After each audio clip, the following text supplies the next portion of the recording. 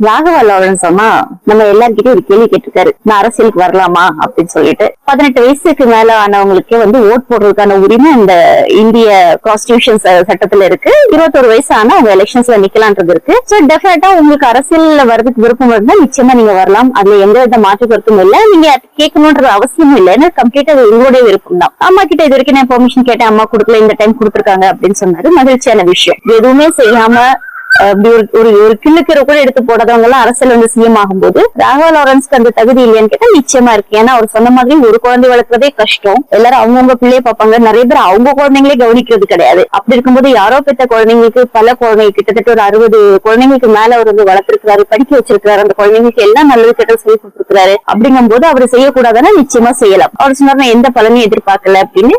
ஒரு பெரிய நல்ல மனசுதான். ஏன்னா நான் நார்மலா ஒரு மரம் செடி வச்சாலே அது ஒரு பூ தரலாம், காய் தரலாம், நிழல் தரலாம். இல்ல எதுக்குமே சம்பந்தம் இல்லாம ஒரு பட்டை மரத்தை நம்ம யாரும் வளர்க்க மாட்டோம் இல்லையா? அதனால எது ஒரு செஞ்சாலுமே அது சின்ன ஒரு பிரதிபலன் இருக்கும்.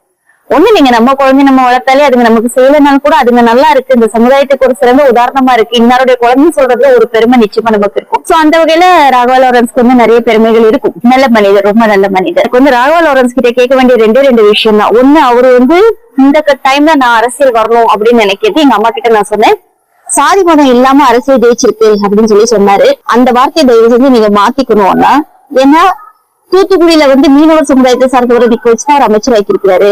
அதே மாதிரி ஸ்ரீரங்கத்துல பார்ப்பன சமுதாயத்தை சேர்ந்தவர் நிக்க வச்சுதான் அறநிலையத்துறை அமைச்சர் ஆக்கியிருக்காரு. அதனால இங்க சாதி இல்ல அப்படின்றத நீங்க சொல்லக்கூடாது. ரெண்டு காசு கொடுக்காம ஜெயிச்சிருக்காங்க அப்படின்னாங்க. சேலம்ல தாவேகா நிர்வாகியே சொன்ன விஷயம் காசு கொடுத்துன்றது இந்த வீடியோவே வெளியே வந்துச்சு. ஏன் திருச்சி தொகையிலுமே காசு கொடுத்திருக்காங்க. வாக்குக்கு 4000 ரூபாயில இருந்து 7000 ரூபாய் வரைக்கும் கொடுக்கப்பட்டிருக்கு. இங்க காசு இல்லாம யாருமே ஜெயிக்கல. எல்லா கட்சிக்காரங்களுமே பணம் கொடுத்திருக்காங்க.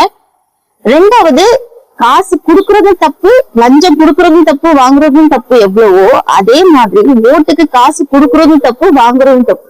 ஆனா அதை மீறி இப்போதைய முதல்வர் அவர்கள் ஒரு மேடையில பகிரங்கமாவே சொன்னாரு, காசு கொடுத்தா வாங்கிக்கோங்க, யாரு கொடுத்தாலும் வாங்கிக்கோங்க, ஆனா ஓட்டு மட்டும் தாவேகாக்கு போடுங்க அப்படின்னாரு. அது ஒரு தவறான வழிகாட்டுதல். நம்ம முதல்வர் பேசுறது எல்லாமே தவறான வழிகாட்டுதல் தான், அது வேற விஷயம். அதனால காசு கொடுக்காம ஜெயிச்சாங்கன்னு சொல்றதும் தவறான விஷயம், அதையும் மாத்திக்கிறோம். ரெண்டாவது மாற்றங்கள் அப்படின்னு சொல்றாங்க, நல்லவங்க ஜெயிப்பாங்க அப்படின்னு. விஜய்ன்ற ஒரு உருவத்துக்காக தான், ஒரு முகத்துக்காக தான் இத்தனை வாக்கு விழுந்திருக்கு. அது 100% உண்மையான விஷயம். யாரை ஒத்துக்கிட்டாலும் ஒத்துக்கலாலும் எல்லாருக்குமே தெரியும். ஏன்னா இல்ல கேண்டிடேட் யாருமே தெரியாது, யாரு எம்எல்ஏன்னு தெரியாது, என்னன்னு தெரியாது. ஆனா விஜய்ன்ற ஒரு முகத்துக்காக மட்டும்தான் ஓட்டு விழுந்துச்சு. சோ ஆனா இப்ப இந்த விஜய் என்ன பண்ணிட்டு இருக்காரு அப்படின்னு பாத்தீங்கன்னா, எதுக்குமே ஒரு பதில் சொல்றது இல்ல. அவருடைய அமைச்சர்கிட்ட கேட்டா நோ கமெண்ட்ஸ் அப்படின்னு சொல்லிட்டு போறாங்க ஒரு சில பேர் இப்ப பதில் சொல்றாங்க. அவங்களுக்கு தெரியுதோ தெரியல, அட்லீஸ்ட் பதில் சொல்ல முயற்சி பண்றாங்க. அது வரைக்கும் ரொம்ப சந்தோஷமான விஷயம். நேற்றைக்கு கூட ஒரு வேளாண்துறை அமைச்சர்கிட்ட கேட்கும் போது, இல்ல அதுக்கான நடவடிக்கை தளபதி எடுப்பாரு, இல்லன்னா அதுக்கான நிவாரணம் அவர் நிச்சயமா கொடுப்பாரு அப்படின்னு சொன்னாங்க. இது நிறைய பேர் கிண்டல் கேள்விக்கப்பட்டாங்க. அந்த நிஜமா நான் சொல்றேன், அந்த பதில நான் வரவேற்கிறேன். ஏன்னா அட்லீஸ்ட் அந்த ரெஸ்பான்ஸ் கொடுக்கும்னு நினைச்சாருல, அது வரைக்கும் ஒரு பெரிய விஷயம் தான். மாற்றங்கள் வருமா அப்படின்னு கேட்டீங்கன்னா, நிறைய மாற்றங்கள் நடந்திருக்கு. மின்வெட்டு சாதாரண பிரச்சனை தான், அது தொடர்ந்து நடந்துட்டு இருக்கு. அது கம்யூனிஸ்ட்ல உள்ள தலைவரும் ஒரு பேசியிருக்கிறாரு. ரெண்டாவது பாத்தீங்க அப்படின்னா, பாலியல் வன்கொடுமைகள் நிறையவே நடந்துட்டு இருக்கு. சேலத்துல இன்னொரு பொள்ளாச்சியா அப்படின்ற மாதிரி இப்ப ஒரு கேஸ் வந்திருக்கு. அவரை கட்சியில இருந்து நீக்கிட்டாங்க. கட்சிக்கு அவருக்கு சம்பந்தமே இல்லைன்னு சொல்லியிருக்காங்க. சோ திமுகல இருக்கும்போது மேடை போட்டு கத்துன்னு கத்துனவரு இப்ப ஏன் பேசாம சைலண்டா இருக்காரு அப்படின்றது புரியல. தனி மனித ஒழுக்கம் வேணும் அப்படின்னு சொல்லியிருக்காரு. இந்த தனி மனித ஒழுக்கம் ரொம்ப நாளா பாத்துட்டு இருக்கோம். ஆனா நீங்க செலக்ட் பண்ண எம்எல்ஏக்களும் மினிஸ்டர்களும் தனி மனித ஒழுக்கத்தோடு வாழ்ந்தவங்களா, இல்ல அவங்க மேல எந்த கரெக்டும் இல்லையா அப்படின்ற ஒரு பெரிய டவுட் இருக்கு. அது விஜய்க்கு தெரியும். அவர் அதுக்கான பதில் சொல்ல மாட்டாரு. அவர் எதுக்குமே பதில் சொல்ல மாட்டாரு. இப்போ ராகவா அண்ணா கட்சிக்கு அரசியலுக்கு வரேன்றீங்க. எனக்கு அதுல ரொம்ப பிடிச்ச விஷயம் என்னன்னா, ஒண்ணு நான் மாற்றத்தை கொண்டு வர போறேன் அப்படின்னு சொல்லிட்டு தனி கட்சி ஆரம்பிக்க போறேன்னு அவர் சொல்லல.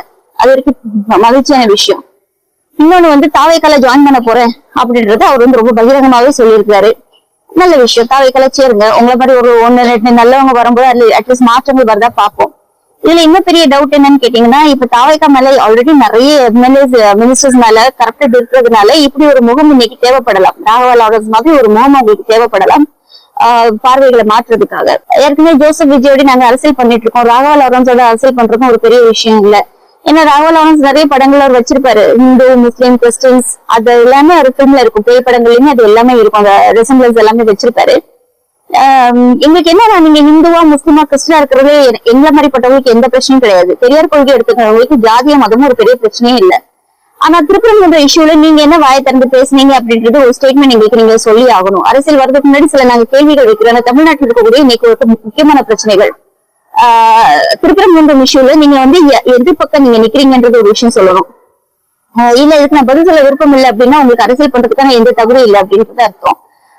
ஏன்னா இன்னைக்கு பாபர் மசூதியை ரொம்ப ரிலாக்ஸா விட்டதுனாலதான் அதோட பிரச்சனைகள் தான் இன்னைக்கு இங்க வந்து சாதி கொலைகள் வந்து நிக்குது. இப்ப முன்னாடி என்ன ஆயிடுச்சுன்னா ஆணவ கொலைகள் எல்லாமே இப்ப குடும்ப தகராறு ஆயிடுச்சு, அக்கா தம்பி பிரச்சனை, அண்ணன் தம்பி பிரச்சனை, மாமா மச்சான் பிரச்சனை, இப்படி ஆயிடுச்சு.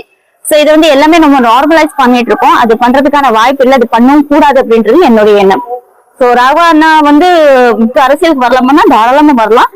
நீங்க இந்த ஸ்டேட்மெண்ட்ஸ்க்கு நீங்க என்ன பதில் சொல்றீங்க?